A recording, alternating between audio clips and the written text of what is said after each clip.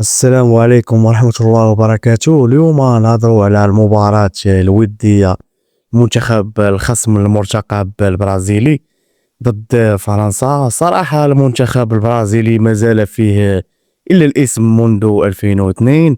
منتخب فرنسا فاز عليه فقط ب10 لاعبين، وغير المدرب دي شون غير اللاعبين الأساسيين. حقيقة المنتخب المغربي كان فاز بسهولة على البرازيل ما بعد قطر 2022 عندما صنف رابع عالميا، وأيضا في كأس العالم القادم قادر أن يذهب بعيدا، ولما لا تتويج باللقب، وهو أول منتخب عربي يصل إلى النصف النهائي في كأس العالم.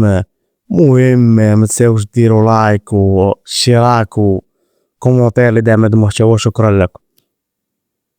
البرازيل وبأيام البرازيل، يا سلام يا سلام على كرة فقدها المنتخب الفرنسي. فيني بيلعبها لمارتينيلي، لمها من رافينيا، لكن المنتخب الفرنسي في المساحات الضيقة. يا سلام يا سلام، فاول خطأ وبطاقة صفراء على بيريرا. ليس كارلوس ألبرتو بيريرا أحد أكثر من درب في بطولات كأس العالم مع منتخبات مختلفة. شايف هذه الكرة وهذا المرور من أوليسيه، صعب جدا إيقاف هذا وداع عطر فرنسي فواح. كرة ملعوبة، ثيو هرنانديز كادت أن تكتمل لصالح المنتخب الفرنسي.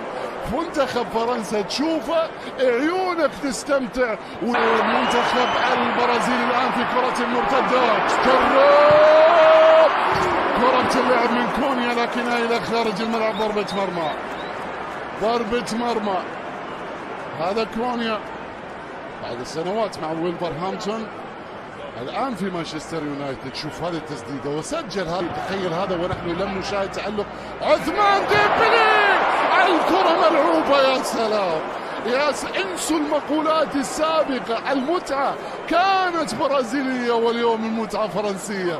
يا سلام يا سلام على لقب. خطأ الحكم الأمريكي يقول استمرار اللعب. الكرة بتشوف للبرازيل. كازيميرو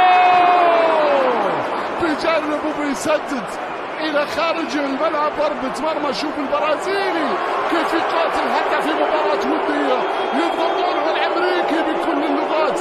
يا هو معصب،